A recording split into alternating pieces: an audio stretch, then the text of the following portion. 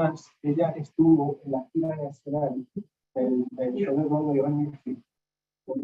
Ya hizo la parte de Little Gloria Step.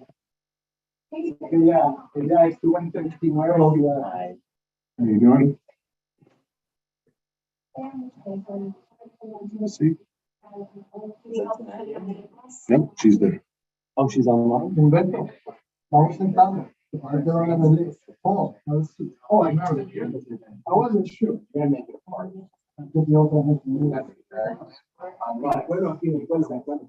Oh, interesting. What they're gonna do is they're probably gonna make it like 80% parking lot. And then a little bit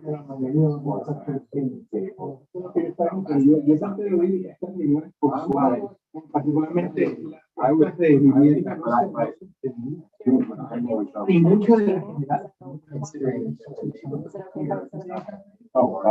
Why don't you use one of these? Yo vivía aquí a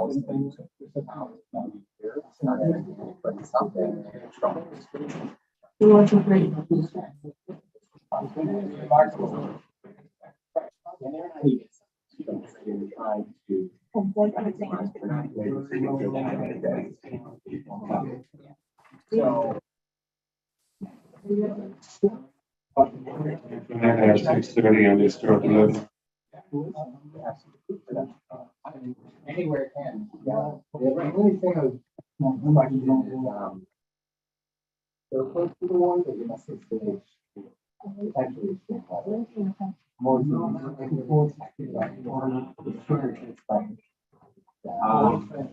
although it is a lot of sun. Yeah. Well, it could be a summer. That's cool.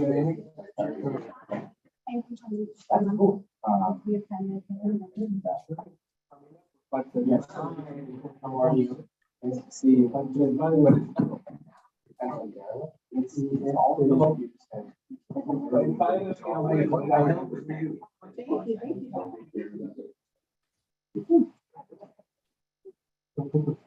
and it's here, it's all about. Well, I just have to be on some car. So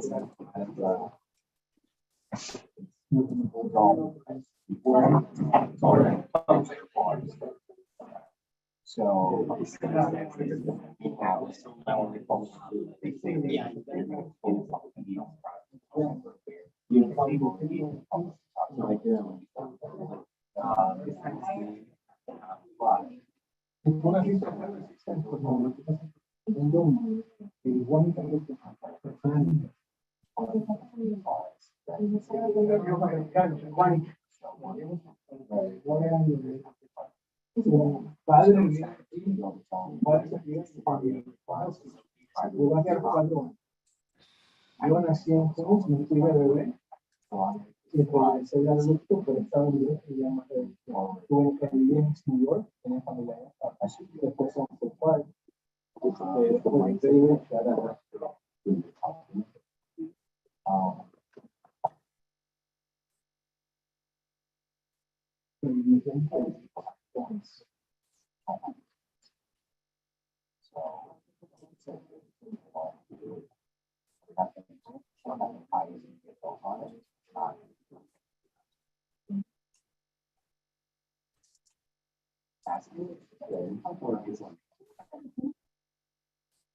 most of the meetings go fast when you're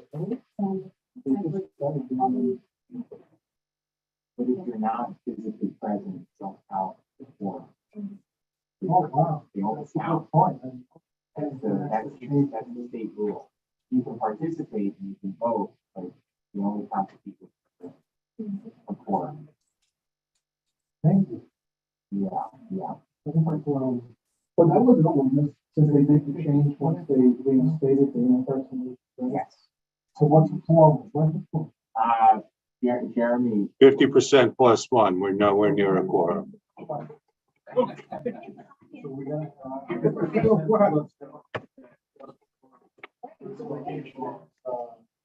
What's your name? Are you on the housing committee? No, I'm just signed up for the housing committee in a couple months. So You're on the board.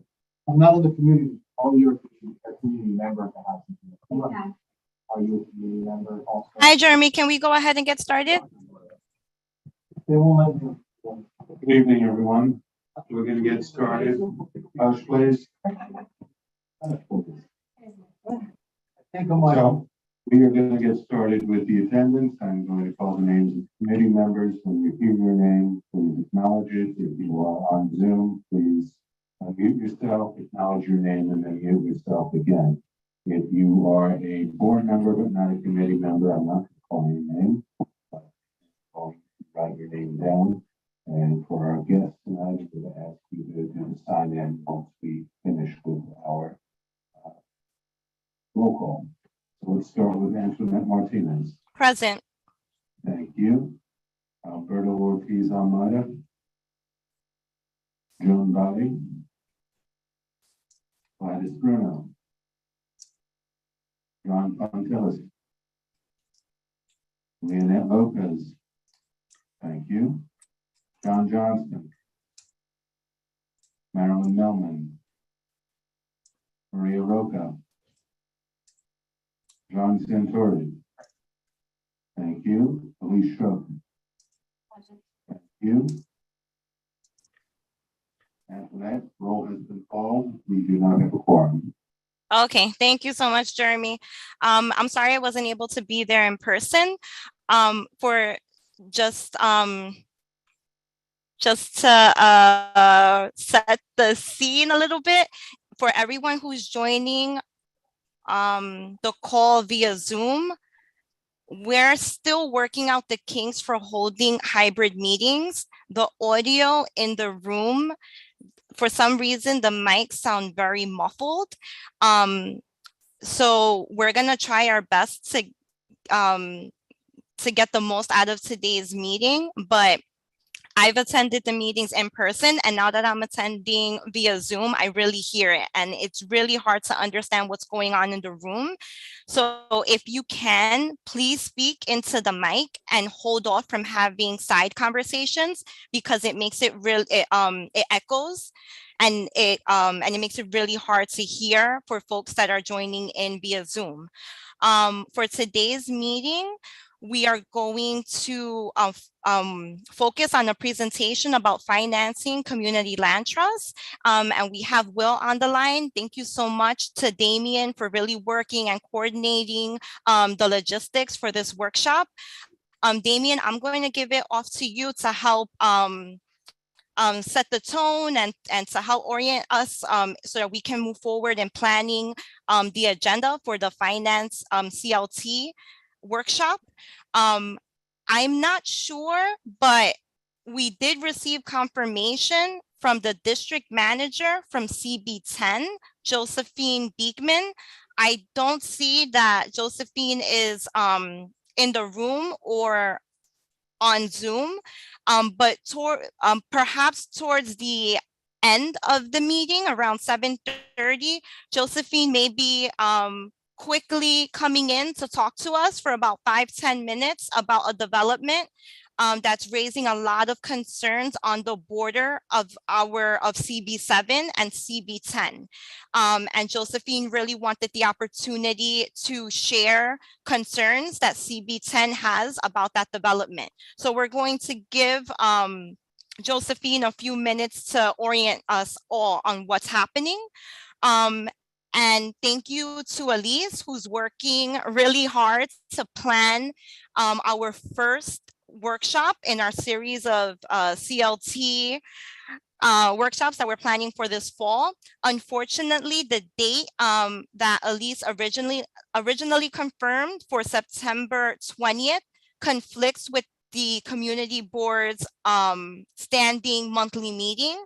So we're going to try to reschedule that for the 19th. And thank you again, Elise, really appreciate you taking the lead on that. So with further ado, going to kick it off to Damien and to Will. So much, Antoinette. Hi, Will. I don't know if you can see me. Thank you so much for joining us. And would it be possible if we could give Will sharing so we could also do that outline?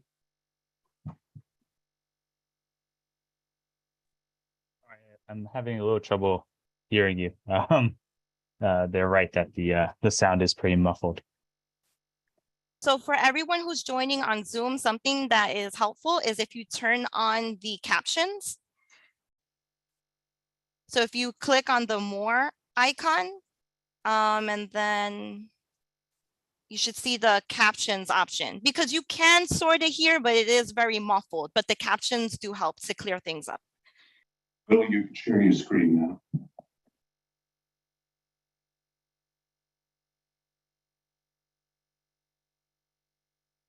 Was that for me? Yeah.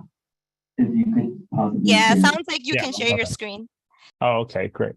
Yeah, so let me introduce myself real quick, everyone. My name is Will. Seems like you've been working with my colleague at New Economy Project, Elise, who I work with on the Community Land Trust campaign work that we do. And I've had the chance to talk to Damien about an interest in another workshop. The way it was framed to me, and hopefully this is in line with what you guys want, is to do a workshop on COTs and specifically COT financing, and specifically on how a public bank can support community land trust development. So the outline I'm going to share is really geared towards setting up, the conversation about COT and financing, and then really honing in and focusing on a kind of whole nother campaign, which is the campaign to create a public bank, a municipal public bank in New York City, which we envision would be chartered to support, specific social goals, including the financing and development of community land trusts. So let me share my screen and just show a quick outline of what I had in mind for the presentation, and then curious if folks feel like this is what you're looking for, or if there are other elements that you would like to be included. So let me, okay. I can't tell if I'm sharing the right screen. Do you guys see the outline? Yep, we can see it. Okay, outline for Brooklyn CB7, great. So yeah, so this is kind of what I was thinking would be helpful to work through in a workshop geared towards this topic. The first thing I would start out with is talking about COT acquisition strategies. I think by this point, folks should be relatively familiar with community land trusts and how they work, and what their kind of mission is. So I was thinking it would make sense to kind of start from the point of how do COTs start to acquire properties, and that's usually when the financing question comes in. So going through, what are private market acquisition strategies, what public land acquisition strategies look like, how do COTs work with tax distressed properties and things along those lines. So kind of covering the wide array of opportunities that COTs have for acquisitions, and then from there covering the question of existing financial resources and financing resources. So usually this is broken out into kind of three different buckets. The first one being public financing. So what programs are available through public agencies like HPD at the city level, like HUD at the federal level, what financing terms are typically available through these programs, and how do they work with private financing tools. So then we can cover a few private financing options, mostly covering things like working with banks, working with community development financial institutions and credit unions, as well as working with like LIHTC, low-income housing tax credit programs. And then finally, rounding it out with philanthropic funding, which many COTs utilize as well for their acquisition strategies, and talk about what kind of grants are available for COTs to utilize for operations as well as acquisition, and then talk about which foundations are particularly active in the philanthropic space to support CLTs. And then kind of at the end of that kind of survey of financing options, talk about the challenges and barriers that still exist for CLTs to access these resources, many of which are, challenges that stem from the fact that these resources were in many cases not created specifically for CLTs. So sometimes it's a little bit of fitting a round peg in a square hole and trying to convince the public agency or the private finance institution to work with the CLT when they don't necessarily understand CLTs that well. So that's kind of, brings us to what other options could we be fighting for at a city level that could help spur more community land trust growth and development. And that brings us to the public bank campaign. So the next phase in the outline is to introduce the idea of public banking, talk about what a public bank is, give examples from around the world. Public banking is a well-established practice throughout the globe, including here in the United States. We have the century-old Bank of North Dakota, which has done amazing work over the last 100 years. So highlighting and lifting up some of those examples of how public banks have not only continued to survive, but thrive in spite of financial crises and other challenges that have taken down some of their private sector counterparts. And then lastly, rounding out that section with a summary of the campaign to create a public bank in New York City, which has been going on for nearly a decade at this point, and has made tremendous strides to creating the regulatory framework at the state level to pass a public bank, or create a public bank rather, as well as passing legislation that would have the city move on financing, and capitalizing a public bank for the city of New York. From there, we can get more specific about public banking and CLTs.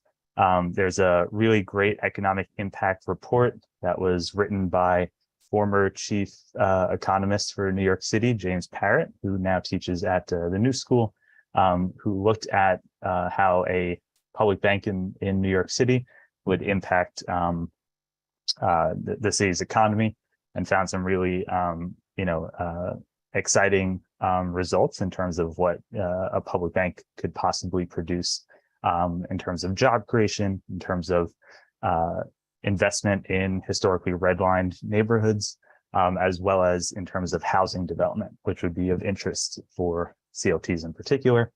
So then we can get a little bit more specific how a public bank can support affordable housing through direct loans, through partnership loans, through secondary capital, and then lastly, through the purchasing of bonds from the state as well. And then specifically how a public bank can support CLTs, getting a little bit more specific and deeper into this question, and looking at how public banks could work directly and partner with community development credit unions to create products that are specifically designed for CLTs, which are currently hard to come by in the private market. And then also highlight some of the existing community land trusts that are active members of the Public Bank NYC Coalition that are fighting for the creation of the public bank, including groups like Western Queens Community Land Trust and East New York Community Land Trust. And then lastly, rounding it out with actions. What can people do? How can people get involved to help get the public bank created in New York City? What steps are we looking to accomplish at the state level and the city level in the coming year? And then hopefully get people excited about getting that bank created. So yeah, so that's kind of what I had in mind for this topic, and curious for folks' feedback and suggestions. Yeah, this is really great. Thank you. Really appreciate you also attending this planning meeting, because I can speak for myself. I'm definitely not an expert here. So really appreciate you going into this level of detail. I'm going to kick it off with 2 quick questions, and I'm going to pass it on to others in case they want to chime in with questions.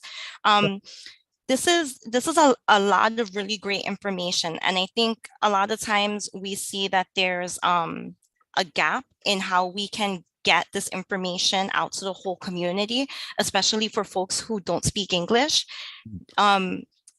Not that, do you have any resources, or could you point us in the direction of where we can get information about CLTs and the financing challenges, as well as information about public banks in maybe Spanish, Chinese, Arabic, just to help us think, long term, and how we can engage folks in the community who might not speak English? Yeah, certainly. So in terms of community land trusts, our coalition website, nicely.org, has some resources available. I'll have to double check with Elise to see maybe if she's shared some stuff with you already, if there's some resources that hasn't been shared yet. But in terms of the public bank material, we do have a video that is in English, but I believe we have a Spanish version as well. That's a really good baseline explainer of what public banks do. Yeah, I think we do have some other Spanish material on the public banking side as well. So I could compile some of those resources together and send those over to Damien. Okay, great. Yeah. Anyone else have any questions? Oh, Damien, did you want to chime in at all? Not at the moment, but I just definitely want to see what others have to say before I ask my second question.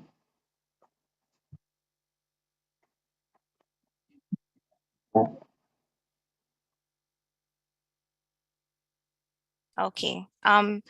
We have hands up in the room. We have a hand up on Zoom. Okay, why don't we go to Jerry, and then for anyone who's in the room, it's still a little hard to hear. Even with the caption. So I'm wondering if folks could use maybe Jeremy's mic. That one sounds a little clearer than the one that Damien was using. But why don't we go ahead to Jerry, and then we'll move back to the room. Yep, thank you. So I think the question was asked, right? Is there any languages, right, besides Spanish and English, right? If not, hearing what you try to say is not, right? Are you planning to have it in different languages, right? So other people other folks from different background could also apply for this? Mm-hmm. Yeah, great question. So I know that some of our resources on the CLT side, there's been interest in expanding to other languages. I think there's been some challenges getting some of those materials translated just from a resource perspective. But I do know that there's at least one group that was working on translating CLT materials into Bangla. And I believe that there was another group working on another language. I can't recall off the top of my head. In terms of the public banking material, we recently, actually not that recent, towards the end of last year, so it was December, so a lot of time has passed.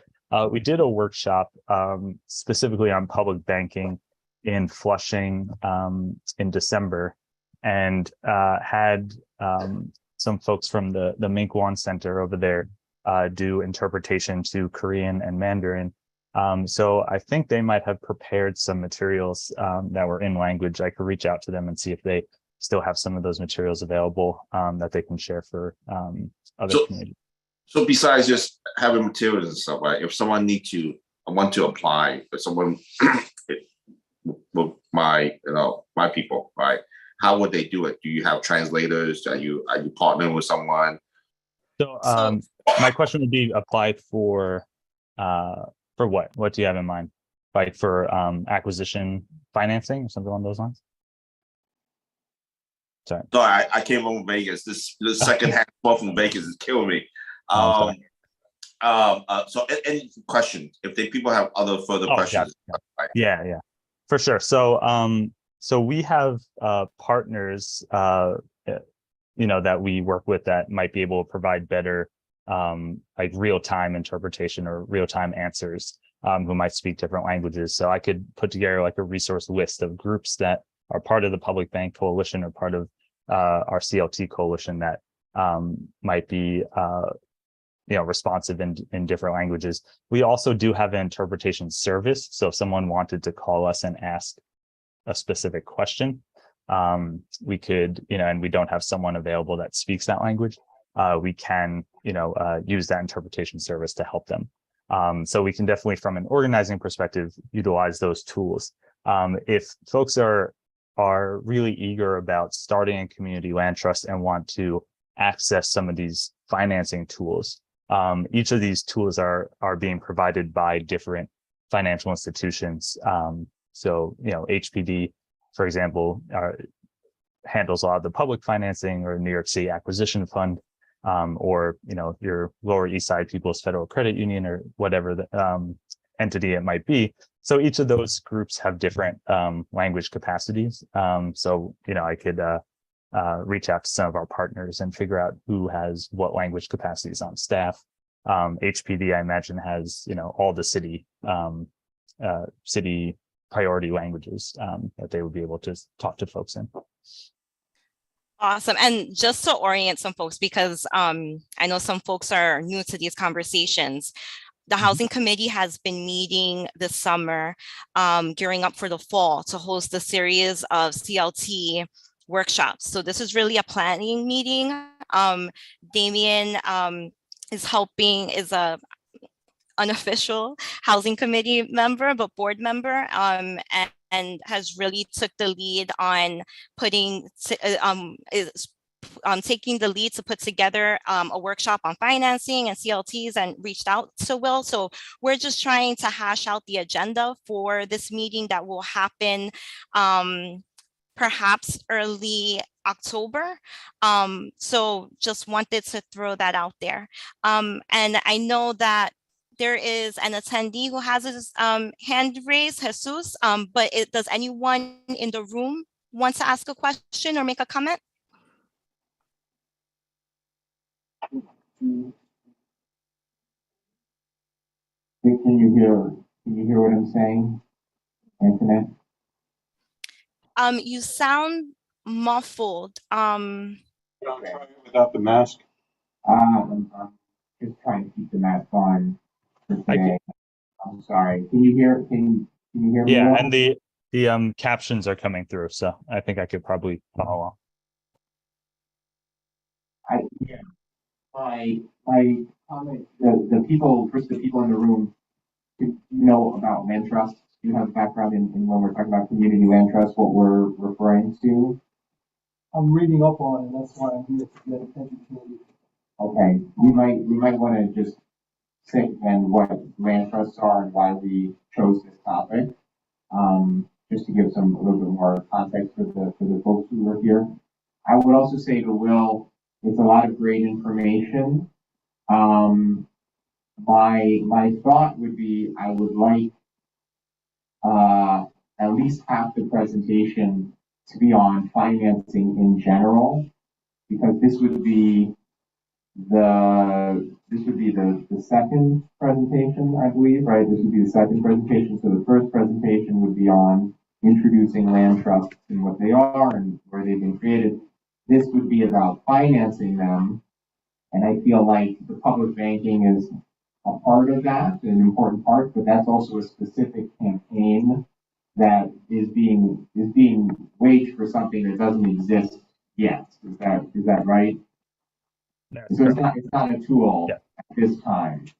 So I feel like it's certainly worth talking about, but I feel like we should dedicate a decent amount of that meeting to tools that do exist at this time to give people that information that they can then take into the future. And just to Jerry's point, my last thing, because Jerry was talking about people doing stuff with this information, just to stress that we, on the board, we would not be doing any organizing work around land trusts. This is intended to be a series of meetings to introduce people to land trusts. If people then want to independently organize around the creation of land trusts, they would do so outside of the board because the board doesn't do direct organizing activities.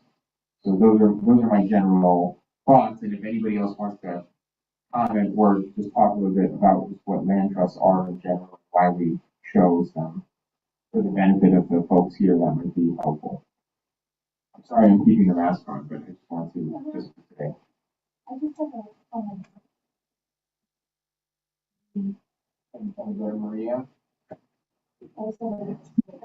Antoinette, do you want to designate somebody in the room to call people who have hands up? Why don't we go over to Jesus? Jesus has had his hand raised, and then we'll take turns go between folks that are on Zoom and then folks who are present in the room. Jesus, Eduardo, oh, I'm sorry, I have to give you permission.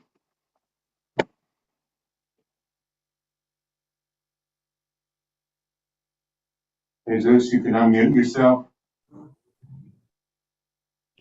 Hello, hi. This is Jesus, Sunset Park community member, and then I'm here just to contribute. I want to make sure, am I being heard well? We can hear you. Yeah, okay, good. Thank you, Jeremy. So I think that the presentation that was provided has good information, right? That it's informative, right? More than anything. The only thing that I would would like to comment was that within this conversation, is it possible to potentially have information in regards to like the economics of affordable housing or just the economics of housing development in general?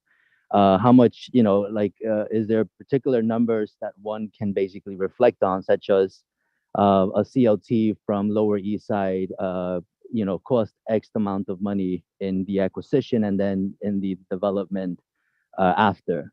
And then also considering that, my demographic that I identify with in this community is immigrant, low income. And so then for me, I would like to sort of like be informed in regards to how someone like myself within my economic demographic would be able to be a participant of the creation of a CLT, and then also reflect on the questions that might potentially be more relevant in the community that has, that low income demographic in the community.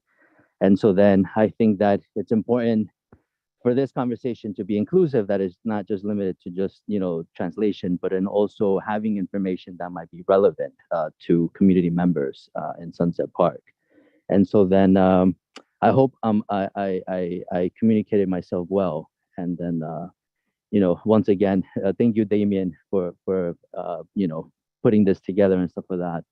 And then thank you once again to the chair for allowing the space to be provided and then being able to have a conversation in CLT in the community in general. So thank you.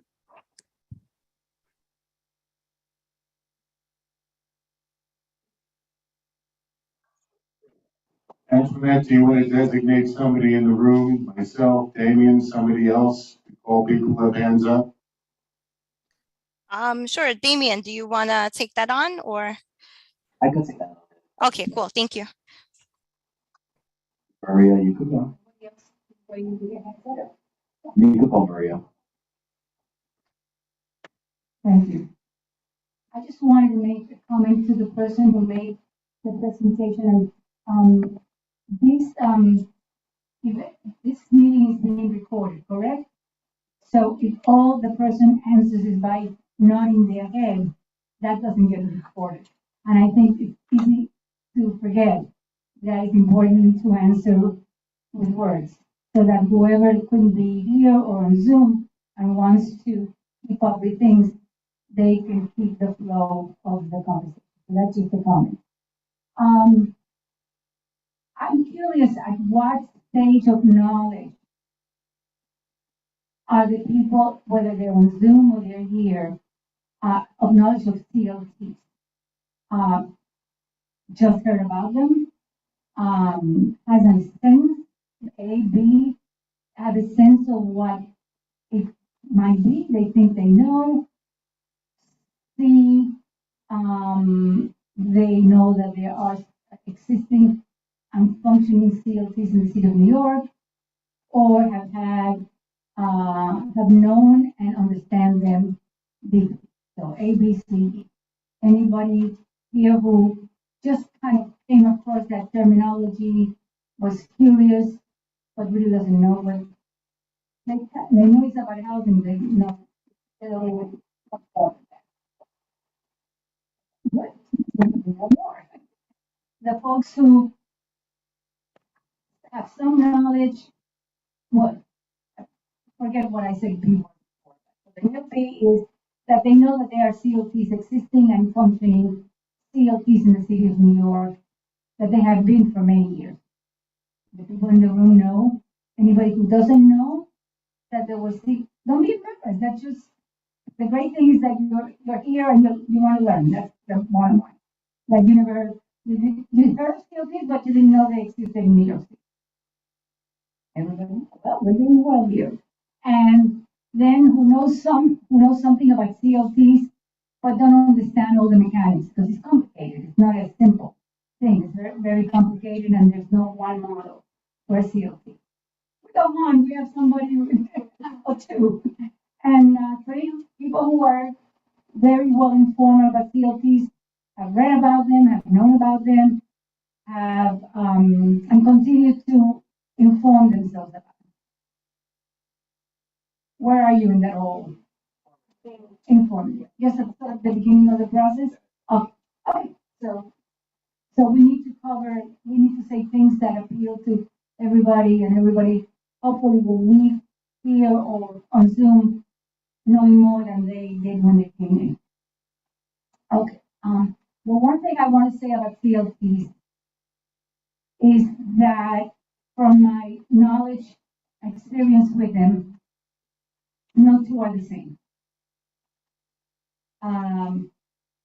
They tend to be organized by people who already had needs, were looking to fulfill a need of a particular population, and then working within the framework of the law of the state or the city of what can be done, then went about to create a CLT that benefited that population. Whether they saw a need, whether it was in the neighborhood or whether it was in any other part of the city.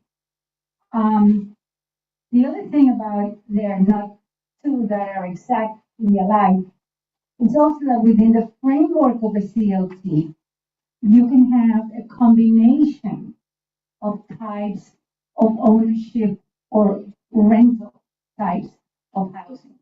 It is not a monolithic institution, corporate, call it whatever. It is not a model that is monolithic. You can have also how the land is controlled.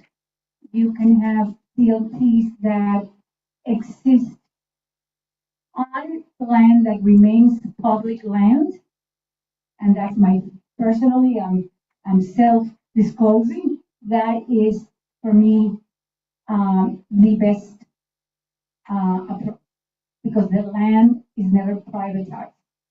Whether if it goes to a nonprofit, that's privatization.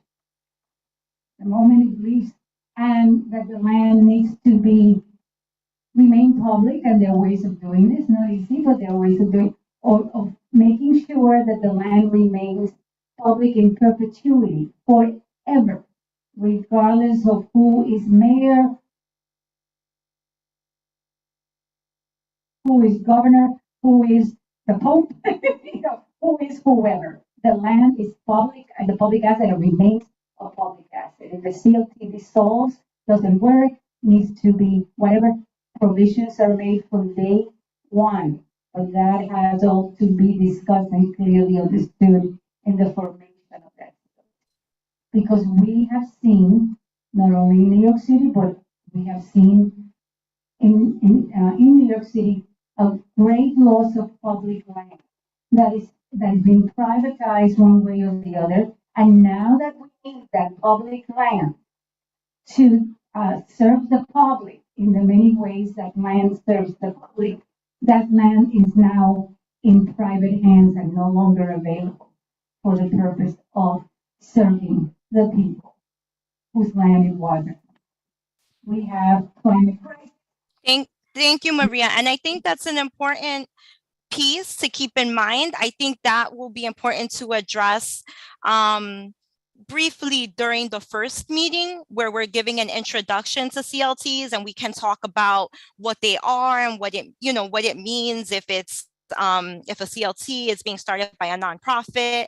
But for this particular conversation, with the comments from John and from Jesus, it sounds like folks were wanting for this workshop to be focused on the what is currently available to folks who are interested in starting a CLT. What financing options do they have available to them? And we can definitely mention the public bank campaign and ways that people can move forward and support that campaign. But I agree with John, it shouldn't be the main focus of the workshop. Will really presented a lot of great information. My only worry is that we may lose just the focus of people in the room, because it's a lot of information and it's dense. So we really want people to feel like they're understanding the information. And I just really wanted to comment and thank Jesus for the comment that he made. And I was wondering also if Will, if you would be able to have access to a like a case example, like Jesus had mentioned, of a specific CLT that acquired land, how much, just so that people could see, an example of something that was done. That way they can gauge where they're at and how, and what it took to get there. Yeah, definitely. So just response to all these things. So it sounds like the presentation that's needed is different from what I was originally coming in with in terms of a CLT and public banking combination. I think the public bank work in that case maybe could be saved for another conversation. I don't know if it's I feel like that might confuse people if the goal is to focus on the financing of CLTs, in terms of current resources. I think it could definitely be mentioned. And I think if we have people there in attendance, it would be a great way for them to learn about it and to support the campaign. But I agree that the focus should be on the financing, but I would definitely keep in the public bank is really important. And then I'm not sure if there's a petition out, maybe we can pass around like a link and, use that as an opportunity to also show what else is out there, and also to use that as an opportunity to mobilize folks. Got it. George.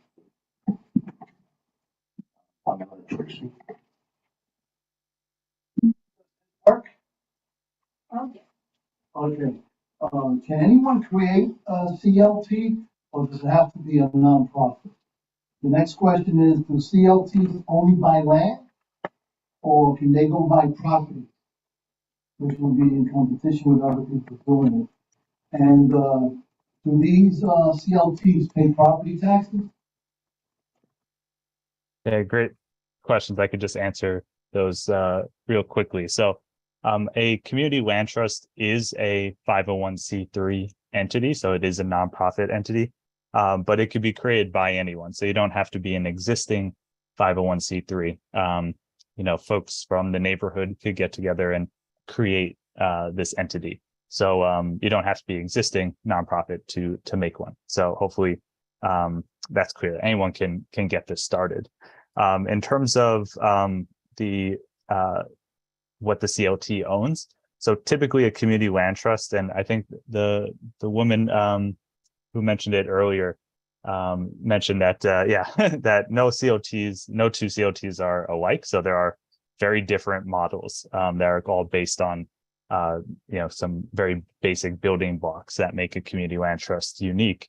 But in general, CLTs work to acquire and hold land in perpetuity and use a ground lease structure to allow for the improvements on the land or the buildings on the land to be owned by a separate entity.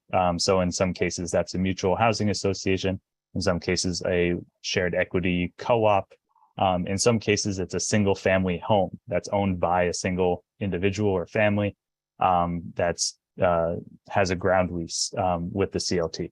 That being said, there are CLTs that also have owned buildings themselves. And there's an example of a CLT that's in development right now, the Rio Edgemere CLT out in the Rockaways. And they're expecting to focus on 120 lots that were being disposed of by the city. And they expect to own the land and issue ground leases for home ownership on that land. But they anticipate at least having one building that will be like a center for the CLT itself that they would own. So they would still own a physical brick and mortar building in addition to the land. But yeah, there are other CLTs that have been doing great stewardship work and actually don't own the land or the building at this point. So there's a wide range of arrangements. But typically, sorry for the long-winded answer, but yes, typically the focus is on owning land as opposed to the improvements, and having that separate structure is what makes CLTs unique.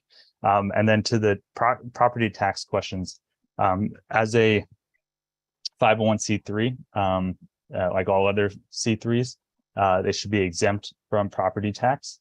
But then it gets tricky based on the kind of arrangement that the CLT has. So for instance, if a CLT owns several plots of land and they have single family homes on them, the single family house, the improvements itself might still be subject to property tax. So the homeowner will have some kind of property tax to pay, but the tax should be calculated based on the value of the improvements, and the land itself should be exempt.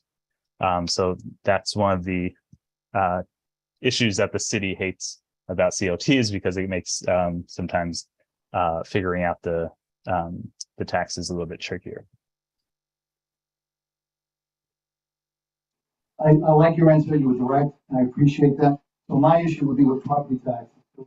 My property taxes just went up $1,200 $1,200 per year on my property. You can't keep killing the same guy over and over and beating him up. A lot of success here in New York is because people like me first were here and build things up. And then you just keep beating them up. If we were to all leave, I think the city would be in trouble. And a lot of these CLTs then will want to follow me wherever I go. And then if I don't let them come, then they say, oh, you're a racist. Now I think housing should be fair, because there's a lot of people in this neighborhood that have left that shouldn't leave. And I love them as neighbors. We have differences, but it works. But you can't keep beating up the same people with taxes and taxes every time. The city council, I see them on TV. They're always raising taxes. Then at the same time, I see them fighting for housing. And I'm like, I'm going to raise my taxes direct. If you raise my taxes, then they do both. They raise my taxes and they fight about rents going up. You can't have it both ways. But your answers were great because you were direct. Thank you. Damien, I give it back to you. Thank you for giving me this call. Hi, and to the person who was just speaking, what's your name? I'm sorry. What? Sorry, I didn't get that. But if you can send, if you can send an email over to the community board with your comments, just because I was able to hear most of it, but I missed some of it. If you can send an email over, just because we want to make sure that we comment on those concerns during this meeting that we're planning in in October, just to make sure that the concerns that you're raising are probably things that other folks are feeling as well. So we want to make sure that we address that. But if you can send an email, just summarizing that up, I really appreciate it.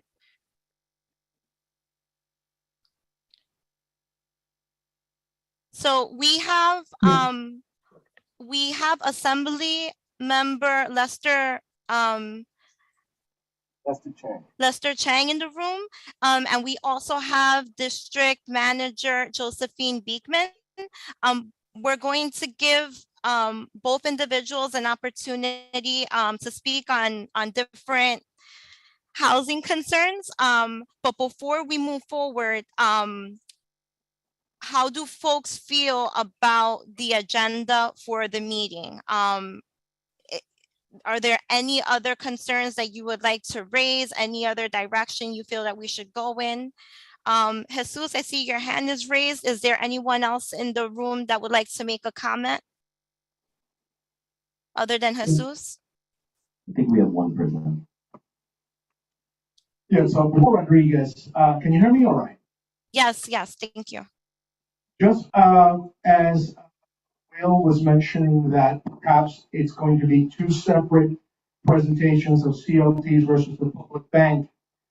Given the fact, if I understood correctly, that the public bank in many ways will be the conduit for financing a lot of the CLTs, it might be good, briefly, it doesn't have to be overly in-depth or technical, but talk about how exactly, since there aren't as many of them, it appears, how the public banks are basically established, how they're governed, and really what are the pros and cons of doing a public bank versus perhaps a private community bank or something larger. Because, me as a former credit analyst, might put my hat on and I start thinking about issues like regulatory risk and political risk of having, politicians putting banks together to then give money away to nonprofit organizations.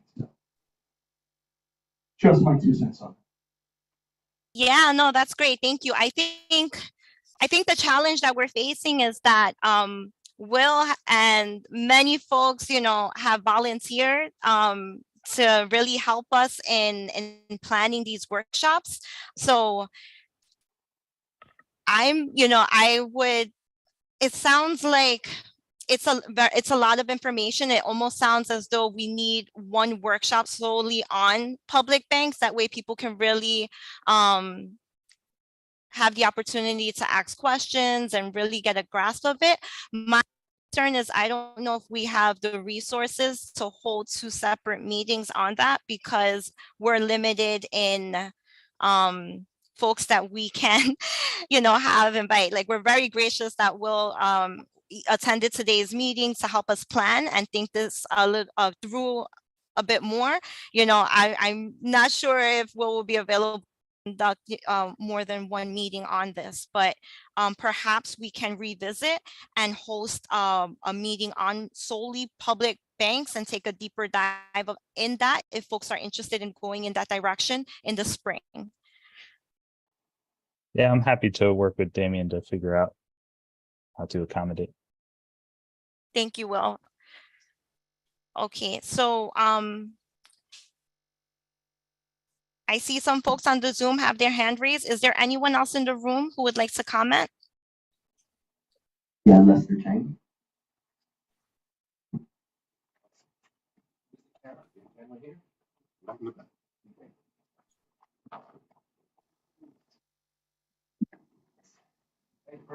Thank you very much. I'm Assemblyman Lester Chang, representing District 49. It's Borough Park, Sunset Park, Dyker Heights, and Bensonhurst. Part of my district, I think I estimate about 12 or 13 blocks represent CB7 here. And just for your information is I sit and Housing and Banking Committee. Just happened to sit there. And I'm intrigued about the CLT and the public finance. And we mentioned about, I like to get a little more detail. I'm intrigued about that too. And how I can maybe perhaps introduce some legislation, some funding for this project. Again, this is something brand new for me to hear about this. Okay, so housing, of course, is a big issue right now. And we have the migrant crisis as well.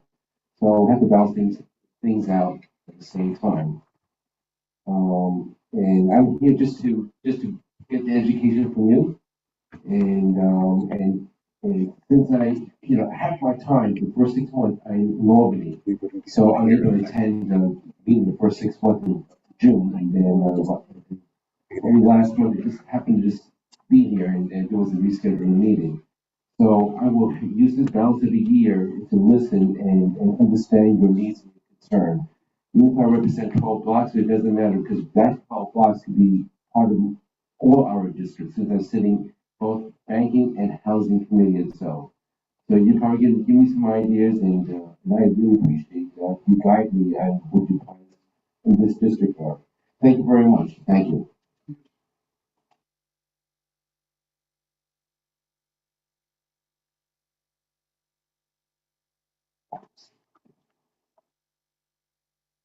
Thank you so much. Antoinette, should we let that speaker that you mentioned from CB7 speak, or should we give Katie Wash because she has her hand up? Yeah, so thank you so much for attending today's meeting, Assembly Member Chang. We are actually going to be hosting a town hall. So this fall, what we're planning on doing is having one workshop on CLTs that will be an introduction to CLTs. The second workshop will be on financing. That's what we're planning for today. The third is going to be taking a deeper dive into legal challenges of CLTs. And then we're going to wrap it up with a community conversation and a town hall where we're going to invite elected officials and folks who are working to organize CLTs in New York City currently to have a panel conversation. So we will definitely be reaching out to your office if you're available to attend or have a representative attend to further that conversation along in ways that you and your office can support CLTs and different policies. So thank you again for attending today. So we also have on the agenda the district manager from CB10 to speak, but before we get into that conversation, just because it's a completely different topic, I just wanted to wrap up this conversation. I see we have two hands raised, Catherine Walsh and Jesus. So I'll give space for you both to speak and ask any questions or comments. And then Damien, you'll be following up with Will just to finalize the agenda, and then we'll touch base on finalizing a date for a meeting on this in October. So Catherine and then Jesus. Great, thank you, and good to see everybody. Just a couple of points maybe to connect the dots, and I'm sorry again if you guys have talked about this and I'm just kind of coming in. Just to say it's excellent that you're doing this hybrid meeting, and also the fact that you're doing a planning meeting through CB7 to get ready for town halls is really exciting.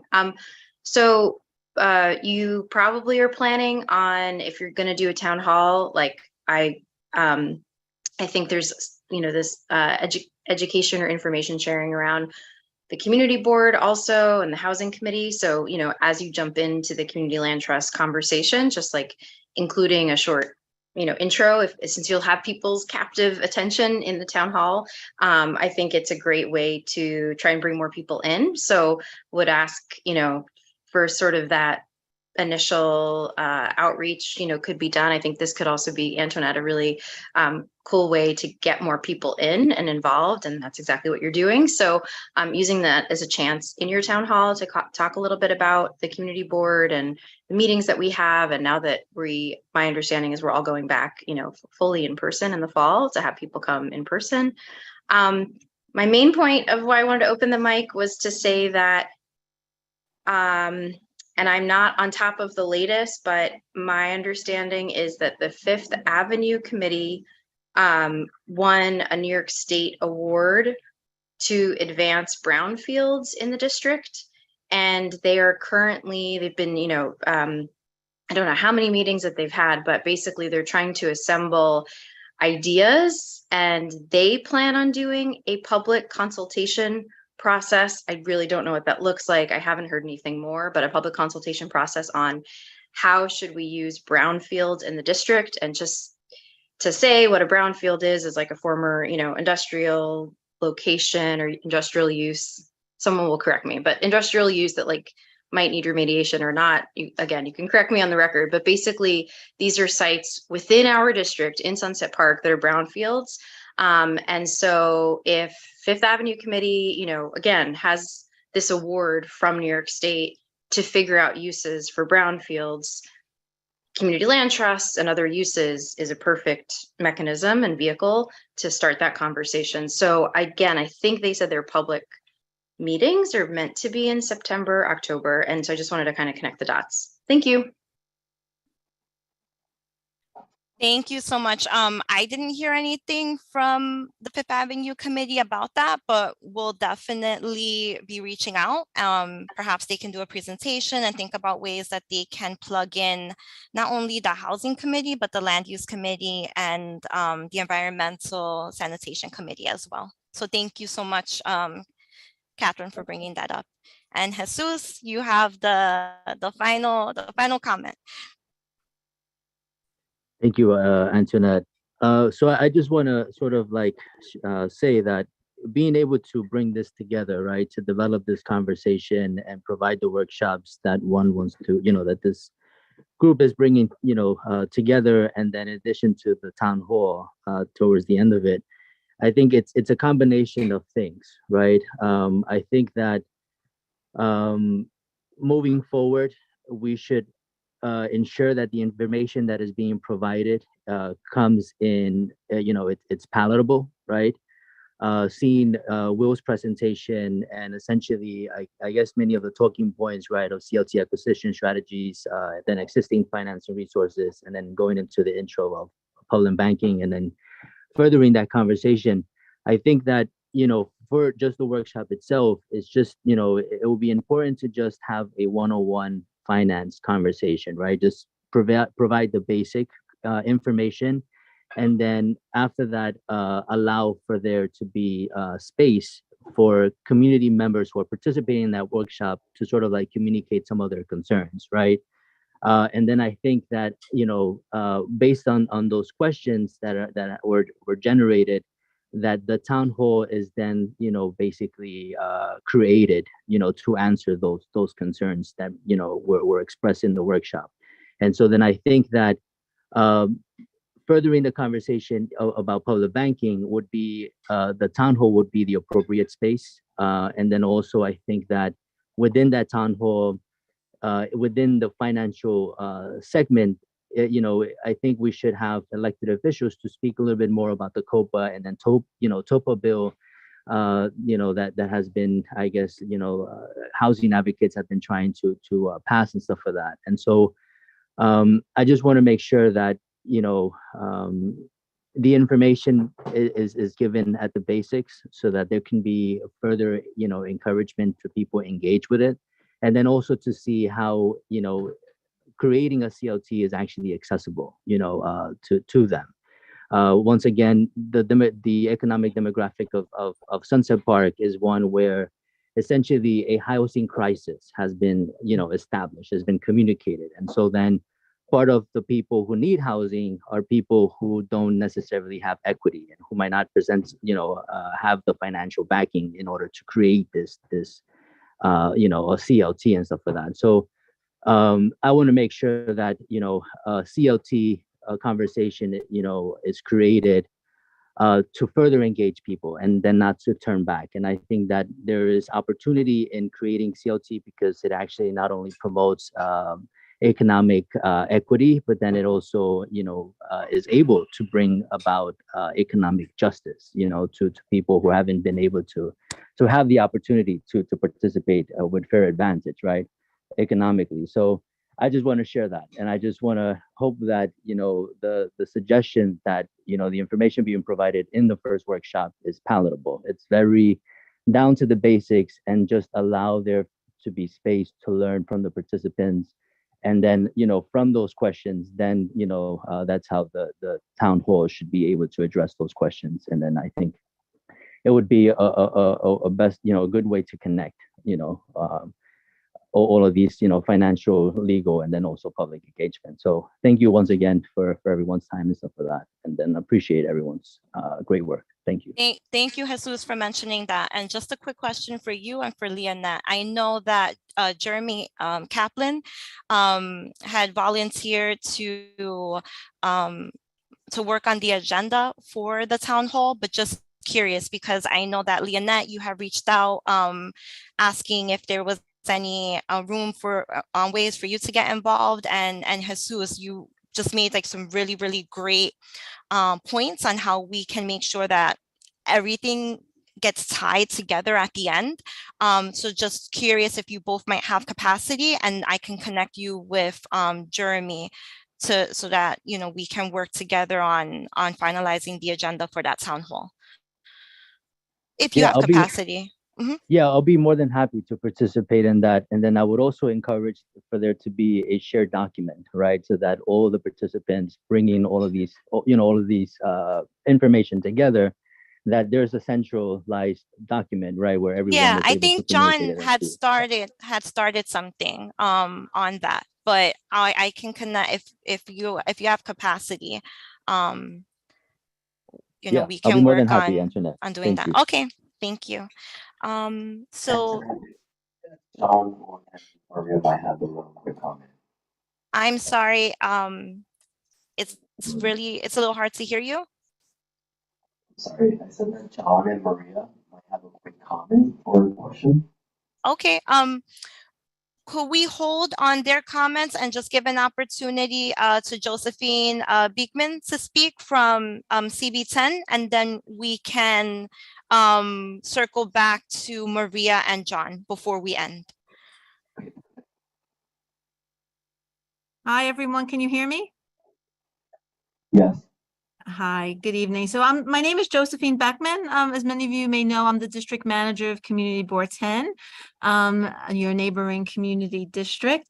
And I'm here tonight to give an update regarding 6200 8th Avenue, which is an area, a former railroad site immediately adjacent to the N train on 8th Avenue. And a few months ago, Community Board 10 was notified by the New York City Office of Environmental Remediation of plans to do remediation work on the site. And we were a little bit taken back by the notification, because we didn't realize the site had been sold, although we had heard rumblings. And the community board held a meeting back in April, and they were members of CB7 that were in attendance. And we learned at that time that a new developer had purchased the lot and had planned to construct a 28-story building at the location. And this site had a very long history. It was rezoned back in 2007. There was a lot of controversy during the rezoning in 2007. This used to be a manufacturing zone. And during that rezoning, there was a lot of back and forth with the developer, who eventually did meet with the board, and his project was to build, many of you may have known, it was a Home Depot project along with 10 stories with 15% affordable housing that was worked on. This was in the days prior to the mandatory inclusionary housing.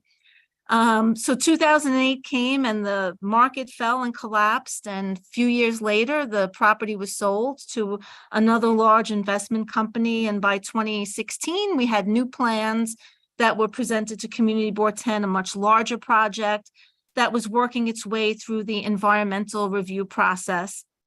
And then that company went out and was sold to this new LLC in 22. So we asked the Department of City Planning why, in the case of developer number 1 and developer number 2, a special permit was required, and they were not requiring a special permit in this application.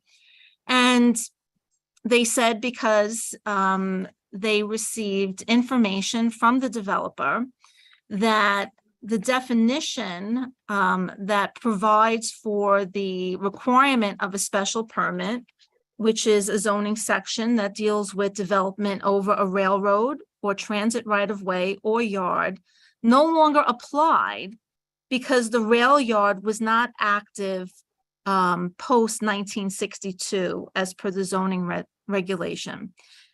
So CB10 did a lot of research on this because we had 2 prior applications with mounds and mounds of information and data and pictures on the lot that showed that it was an active site that was operated by a packing company that had pulled rails from the from the bay to unpack materials, and we put a big packet together. We did send it to you all and to our elected officials, disputing and asking the Department of City Planning to reconsider and take a look at the mountains of photos and maps and historical data that we had put together. And that was back in April that we put this letter together to the Department of City Planning and to the Department of Buildings, as well as the Office of Environmental Remediation. So last week, since we hadn't heard back, Council Member Vilas and State Senator Chu put together a meeting with the Department of City Planning, who basically shared with us that they reviewed our documentation and they are standing by their decision that this site can be developed as of right, despite the fact that when we did the rezoning, this question came up, and it was officials from the Department of City Planning who told Community Board 10 that a special permit would always be needed for development on this site. And they did say to us that that has changed based on evidence that they have from the developer and that they've reviewed, and they've done their own research that the rail yard was not active and it doesn't meet some state definitions. And they went on about how they felt that they were right in their decision. And CB10 requested that the Department of City Planning put this in writing. We also brought to light that this is an environmental justice area. We were very concerned about such a large scale development without environmental review, without public review. We expressed our disappointment in their decision. And we are still awaiting their written response that we could share with the community and certainly with our neighboring community, CB7, and our residents that we share along this this right of way. So I wanted to come tonight and just express certainly our profound disappointment in this decision. Our board has not reviewed, we still haven't received the written notification from the Department of City Planning. We are very concerned about such a large scale development at this site without environmental review, without public review. And our board will be assuredly talking about next steps in terms of, both notifying the community about this recent development and what next steps are available to us. So I wanted to come tonight and share that I did reach out to Jeremy soon after the phone call to just give him a brief update. I wanted to update your members of this committee, and Community Board 10 will be meeting on this. I will be providing an update to the members of Community Board 10. And, perhaps we together can discuss, next steps as a community of where to go following this decision. And that's my update in a nutshell. I see a bunch of hands up. Yeah, for in person, we have Maria, John, and Lester Chang. Why don't we start with you? Yeah, we start with Lester Chang. Well, thank you. I was very consulted about this project since you mentioned about Councilmember Vilas and Senator Chu, and I definitely represent that area. So I'll have more information about this and give you my take about that. And as soon as you can, I'll give the people here do you have my information at my office? No, we definitely do. We have your email and your office, and the full packet was sent to you. I'm sorry that you didn't see it, or it wasn't shared with you. I don't know what happened there, but I can certainly resend it. Please resend it. I'll take a look early on tomorrow. Look at it, and I'll talk with you personally. Okay, great. Thank you. Thank you.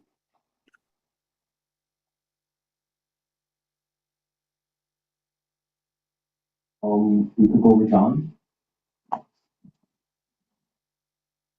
Ms. Beckman, did the developer provide any updates since April about the makeup of housing in this development and how much of it would be affordable? No. So just to remind everyone, because this was rezoned prior to MIH, there is no requirement by the developer to provide any affordable housing, nor if he does enter an agreement or just mention that he would be providing, there's nothing that government can do, city government, to hold him to an affordable, affordable housing, number at all. There is nothing that government can do to ask or enforce him to provide affordable units. There is the ability to do that when you go through the special permit process, because the special permit process, as we went through iteration number 1, there was a 15% agreement that was tied to the special permit. And again, when we went through this rezoning back in 2007, we were assured by the very same Department of City Planning that this property, even if it were to change hands, would be required to go through a special permit process, subject to 74681. And this is a very different, initially the first project, even both developers, the two developers, the developer in 2007 and the developer in 2016, their proposals were about 11 stories on a much broader area of this zoning lot. This particular building, this 27-story building, for those of you who've seen the photos of it, I mean, I don't know if you could see it here. Ooh, I could see it through there, but it's built on one corner of the property. So there was greater development area on the remaining lot that could also be developed.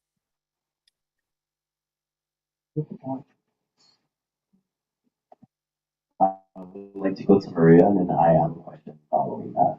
Thank you. My apologies for not introducing myself earlier. And I'm Maria Roca, Francis Hunter Park, one family member of the community back to 1964. So, good to see Maria, you. it's a little hard to hear you. Okay, is that better? Is that better? Wait. Can you hear this? I can hear you now. Oh, okay. Josephine, nice to see you. Nice to see you, Maria. I have a question, given the recent interest in the rail tracks going through that area by Governor Hochul about connecting Southwest Brooklyn via the old, I think they fall under federal oversight. I'm not sure about that. So to bring them back, to activate them, sorry, so that people from Southwest Brooklyn can then connect to Queens and points beyond that. Money, I understand she made a promise of X number of big money to work towards that goal. It's not a new plan, it's not a new thought. There have been different iterations of how those rails would be activated and put back in service to the public.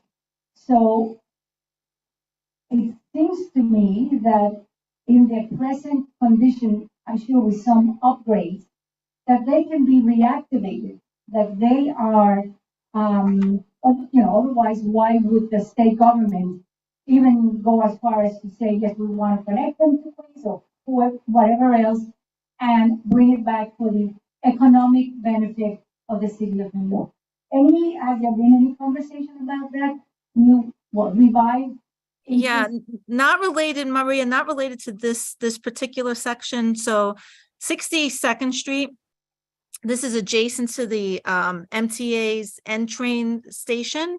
And this was privately sold back in 2007 when the final rails were removed in this.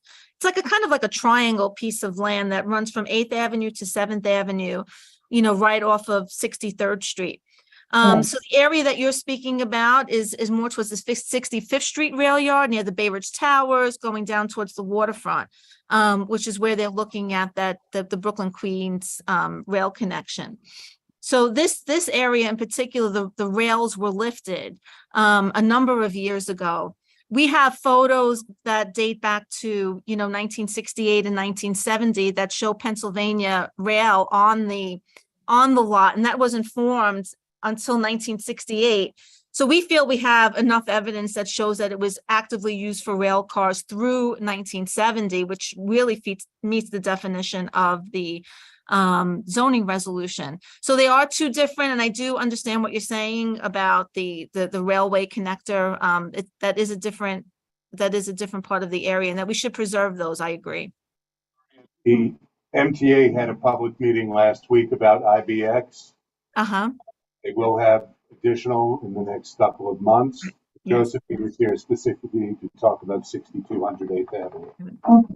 I just wanted to connect. I knew there was to an extent. Thank you for your explanation, your clear explanation. But being the fact that railroads are back in the conversation of American development. Hello. Okay. I think that's something to keep in the back of our minds, that if the land is there to return those rails, I think we need to think about it and maybe make a reconnection of the 65th and 66th. Thank you. Thank you so much, Maria. Hi, Josephine. I'm pretty new to housing. To CB7, this is my first year. My name is Damien. Newly elected, not elected, but appointed.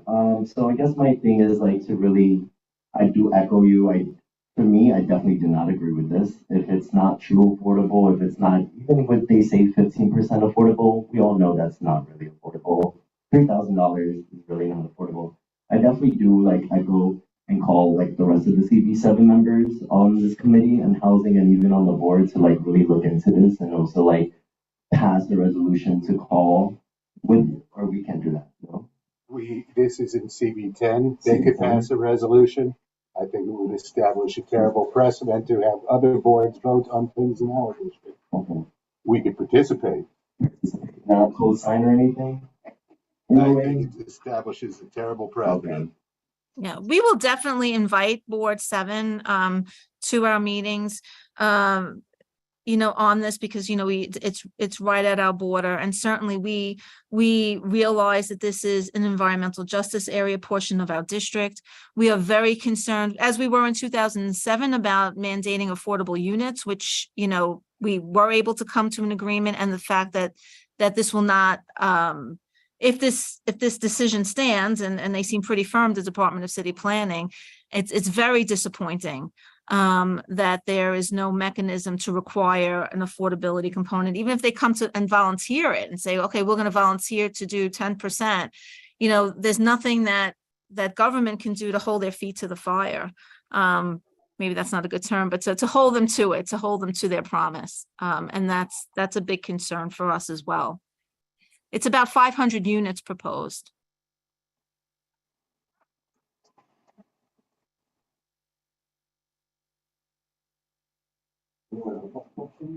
Wow, that's so shocking. I'm floored by this. Thank you so much for alerting us to this. Please keep us posted on how we can support. Yeah, and I think it's important to bring the communities together, both sides of the, both sides of 62nd Street, bringing us together, because no one realizes that this is happening. Yeah. you know, we were taken by surprise. You know, we received the notice first. I thought it was CB7. They changed the address and there was a little bit of confusion in the beginning. So we are very concerned about, this will be the largest scale development project in Community Board 10. And without environmental review that we believe should come with the public review process is really of great concern to us. And we will invite you to all upcoming meetings about this at Board 10. Thank you. And Catherine Walsh, you had your hand raised.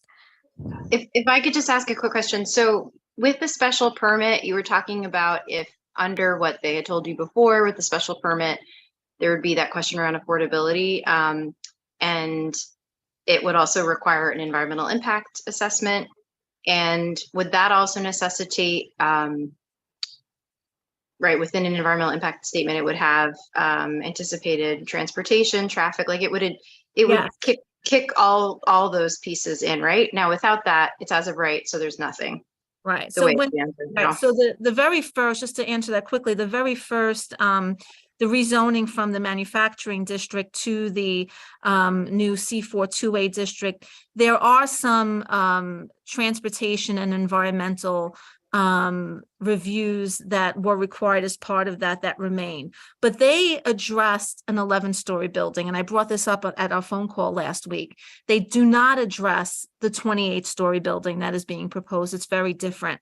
And also 7th and 8th Avenue, the adjacent major thoroughfares are very different. And what was discussed in 2007 doesn't apply in 23 because it's a very different project.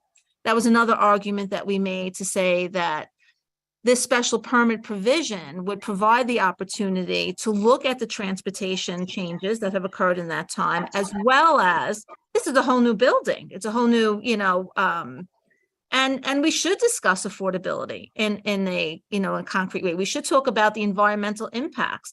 The immediately prior developer in 2016 was required by the Department of City Planning to complete a full environmental impact statement. A full environmental impact statement, and that would include all of these items that we just discussed. And now they are saying that is not required because it is being treated as an as of right, which I still can't wrap my head around.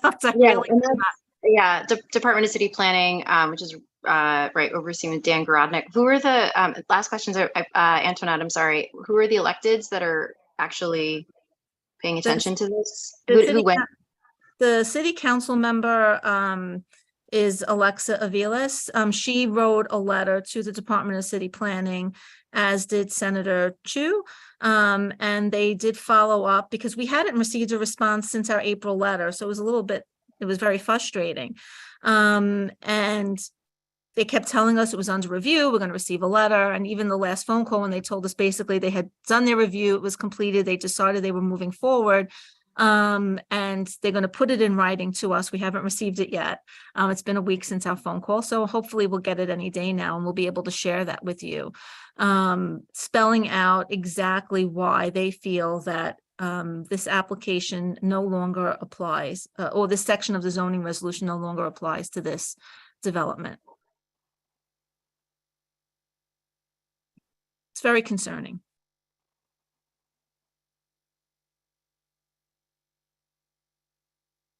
Josephine, I admire your composure. Thank you. This is wild. Yeah, please let us know how we can support. I wasn't this composed last week. I've had a little time to digest, but as soon as we get the letter, and I assure you that we will keep in touch and we will keep you abreast of all developments here. And future meetings, so you can all participate and certainly receive the invitation to attend all future meetings on this topic. Thank you. Thank you. Okay. Does anyone else have any comments, questions, concerns they'd like to raise? I guess like one question comment. I know last time John made a point about putting on the agenda for like future meetings, setting aside like 15 minutes, 20 minutes for like other business items, so we could kind of like work head to head with other issues, is that still a possibility in future meetings? Yeah, so if anyone has any items that they'd like to present for discussion, send them over to Community Board 7, and I'll compile them into that running list of agenda topics that we have. And once we're done with the CLT series of workshops, we'll revisit that list and we'll move forward on tackling the next topic. But folks have been reaching out and sending, we've been receiving various concerns from the community, and I've been tracking them. I think John has a concern.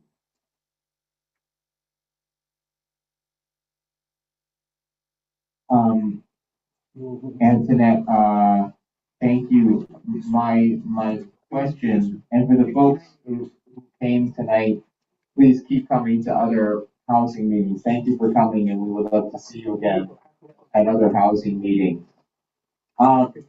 Just in brief, I understand that the CLT meetings is the priority, but because the meetings will not finish until November, which is basically 2.5 months from now. My concern is there are other maybe specific tangible actions that our committee could take, such as writing letters or requesting information and getting the ball rolling on other topics that I would think we could do before November. So I'm wondering if we can take some time during our meetings to propose specific actions that will not take away from the CLT meetings. So John, not to cut you off, but we have received inquiries, and because we have to figure out how we're going to set up meetings, if we're going to just meet in person moving forward. Having hybrid meetings is really convenient to folks. I wasn't able to attend today. So it is really helpful, and I think it really does expand our membership, but the audio is really a real big challenge. With that being said, we also have a number of resolutions that we'd like to pass that are also being tracked, but because we don't have quorum, those are right now at a standstill. If folks have items that they want to address, please send them over. But I'm going to be having a conversation with Julio about designating a vice chair. I'm doing the best I can. I don't have, we've been meeting this summer every 2 weeks. In the fall, I'm going to be very honest. I'm not going to have the capacity personally to hold space for additional meetings besides the CLT conversations. But we have committed on that, and I just wanted to throw that out there. So I am going to reach out to Julio to see about getting some more support. There's a lot of things going on, and there's just going to be more stuff that is going to keep getting thrown at us. We had the picnic yesterday, which was really great. And, we were able to meet folks that are really interested in housing issues in Sunset.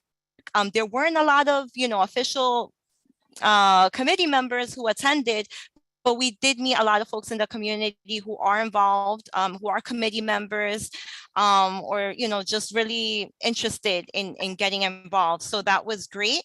And even at that meeting, I found out about a number of different issues from folks who live in Windsor Terrace, about issues that they want to address. So we just have to think about a way that that we're going to prioritize all of these, impeding, like all of these competing priorities. Okay, and could we, I would like to request the chair update the committee on appointments. to find out if September is going to be when people will be appointed to the committee. Would it be possible to ask the chair to provide us with an update? Yeah, Jeremy, would you be able to, do you have any information on that? I have no information, and it doesn't have to be shared with me, but I can ask.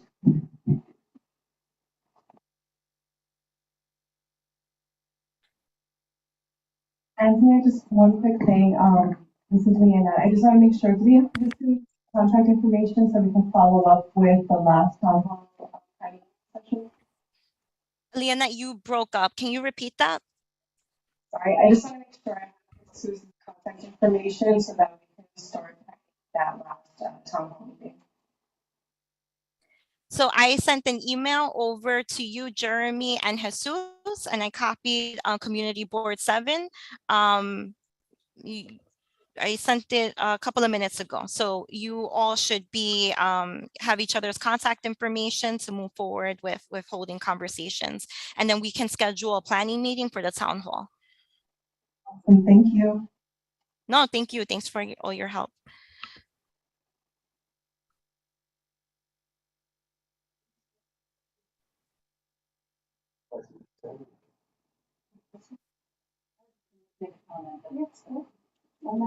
I believe Elise would like to make a comment real quick before. Yeah, of course. This is a comment for Will. But I just wanted to thank you for. He's not here, but it's being recorded.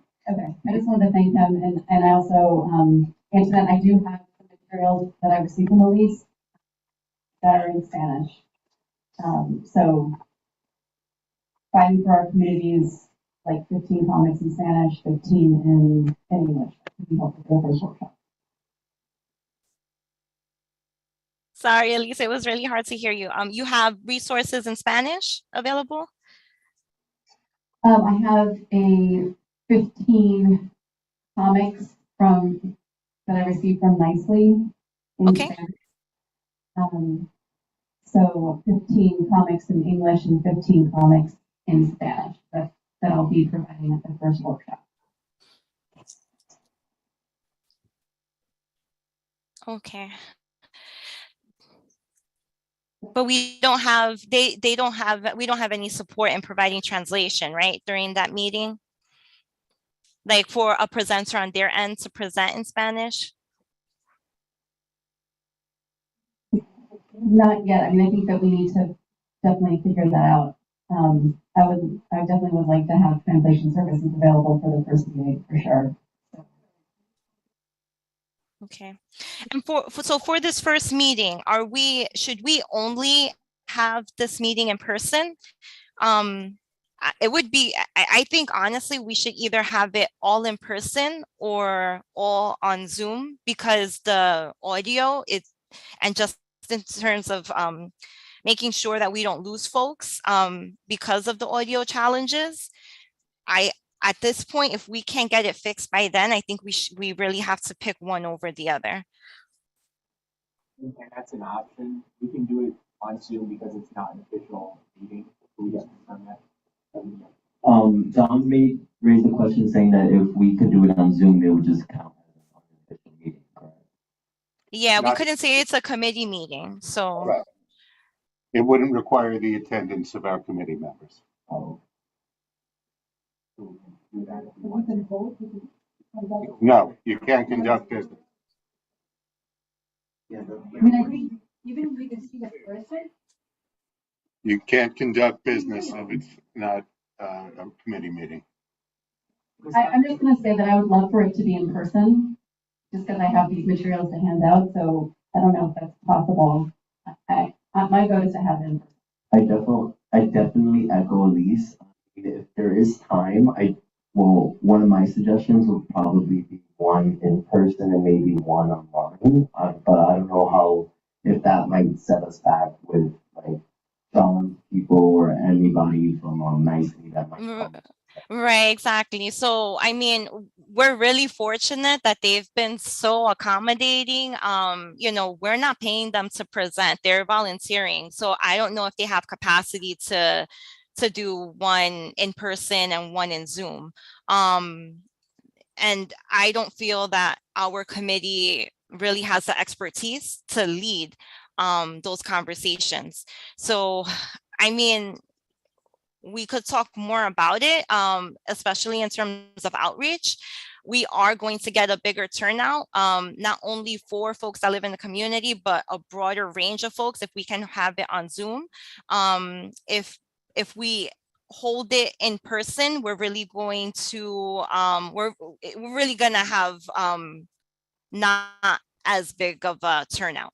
So I think we just have to be honest with with what our priority is. Do we want to really get the information out there and have as many people tuned in who could benefit from this information, or do we want to make it intimate and in person so that there's more engagement? There's benefits both ways. I don't have a preference, so I'll support however the committee wants to move forward, but just having the hybrid, I wished it worked. It would be perfect, but it's just really hard to hear. And I feel like folks won't stay the whole time. And so, Julie, I have a quick question. If it's in person, can we record it? So at least it's like. Record it now. No, I know, but like not hybrid. Like it still gets recorded, right? Yes. So the audio, so it's being recorded now, but honestly, check it out. When you go home, go into the YouTube, you'll see how bad the audio is. I don't think anyone will sit and listen to this. Hello. Just to be Antoinette. honest. Yeah. Hi, Antoinette. This is Jesus. Have it So, hybrid. Oh, sorry, Jesus. Leonette was Sorry, finishing no. her comment.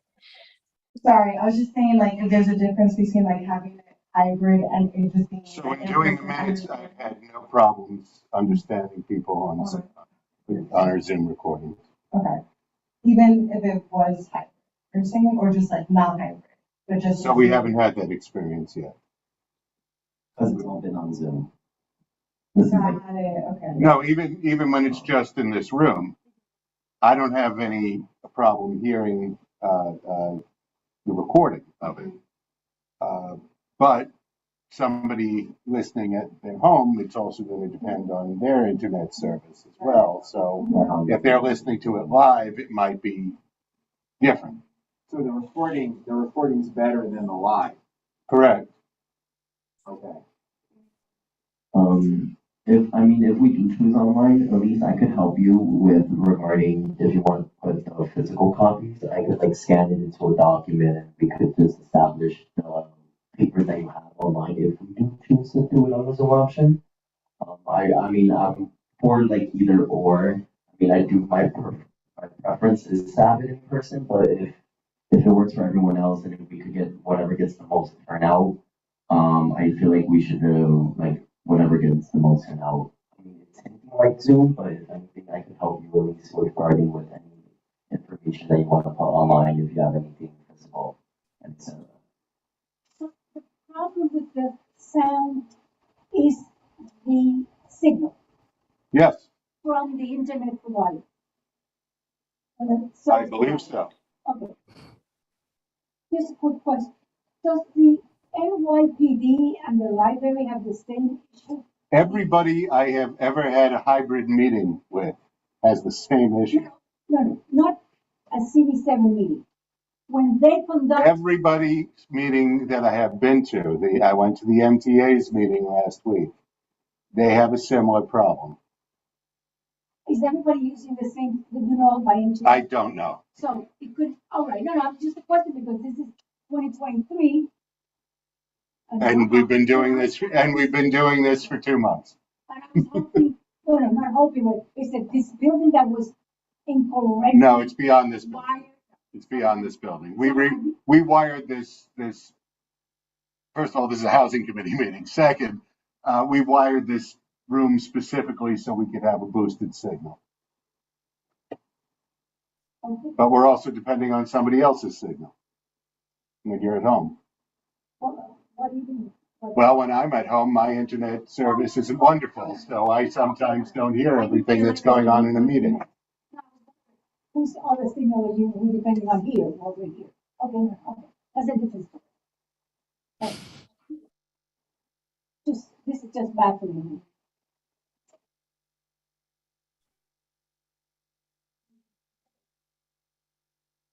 Antoinette? Yeah, I think we could also just reach out, at least if you could reach out to the presenter to see how they plan to attend. If they're available to attend, maybe they were planning to attend virtually. I'm not sure. But honestly, I think we would get a bigger turnout if it's held on Zoom. Hello, So Antoinette. yeah, Jesus. Yeah, so independent from volunteering to organize the town hall, I had volunteered to work on the logistics, right, of the workshops in the town hall as well and stuff like that. And so then I'm wondering, is it possible to volunteer as a community member to sort of like troubleshoot the system? Because I'm all for hybrid, and I would encourage for it to be hybrid so that it can be much more inclusive, right? So the issue, I hear you, but the issue with that first meeting is that we need to break out into groups. So that's already going to be a challenge. So I think at least, to really build engagement, to hold those conversations, and Zoom, you can have breakout rooms. In person, we can all, congregate in different circles and, hold space together. That's going to be challenging to do that activity that is really important to understanding CLTs in a hybrid setting. But we have a month to think about it. So, well, we don't have a month because we have to start getting the word out there. So we have to decide this pretty soon. And then also, and then sorry, Antoinette let me too, just finish real quick. If you are interested in helping to think through logistics, I'm sure Jeremy would welcome conversations about, but also that might depend on what, CB7's, what resources they have available to help with the audio. I know for my job, years ago, they had conference phones, like conference call phones that were different. There were challenges with that, but it was a lot better to pick up the audio. So I'm not sure how much those cost now. It's been some time. Maybe there's been a price drop, but maybe that's something that can be explored. I'm not sure. And I'm sorry, go ahead. You had a question. Yeah, Internet. So I guess my only suggestion would be that maybe to perhaps modify maybe the way the conversation is going to be developed, and rather than doing work, breakout groups, maybe make it so that it can be accessible through the hybrid, and everyone is understood better, and then be able to participate as well. So I'm just throwing that out there. Maybe perhaps rather than going through the way that it's already been developed, maybe perhaps modify it just so that we can ensure that the hybrid component is more it's there, and maybe just work around the way the workshop is just formatted.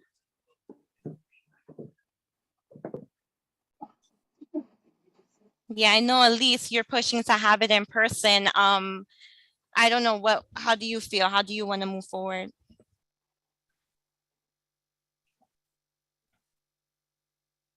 I guess I see the value of having more people participate. So I totally get that. So I can ask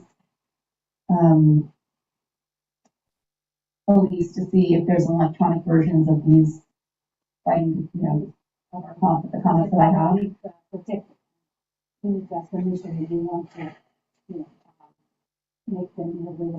I think the overall benefit to the community, having more people in the community part of the conversation, I think maybe trumps having it in person.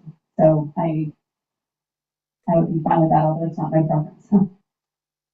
Yeah, I feel like maybe we should just wait until like whatever Elise gets back. So maybe if you can't do online, then we could definitely do that in person. But I feel like maybe just like reach out to see like what they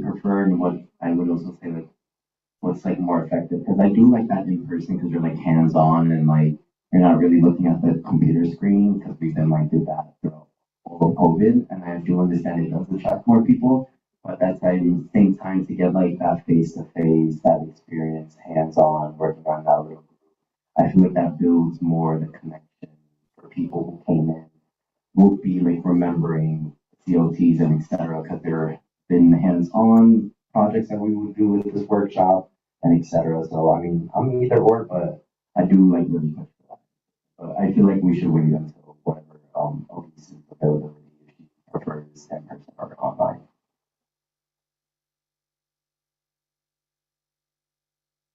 Okay, thanks, Amy. Yeah, so Elise, you'll follow up with you'll follow up with Elise to see, and then again, I'm okay with it either way. It's gonna be challenges both ways. Oh, there's a little bit of feedback. Sorry. But yeah, at least I'll leave it to you to the side because we need to get the at least for that workshop, I'll leave it to you to the side, and then maybe we could alternate, have one on Zoom and one in person. So maybe Damien, yours we can have in person, and then I mean, I'm not really too sure. But we have to think about the flyer. Is Ryan still in the room? Nope. Right, unfortunately. All right, I'll reach out to Ryan. Ryan volunteered to help with the flyer, so hopefully we can get that out pretty soon. I don't know how to vote on how to vote on this. But yeah, Elise, if you could follow up with Elise and maybe ask, you know, in their opinion, you know, what they might recommend, and then we could take it from there. But we should know by at least the end of this week how we're going to move forward, so we can set up, you know, we can start setting things up with the flyer and outreach. Sure, I'll contact her and see what her preference is. All right, thank you.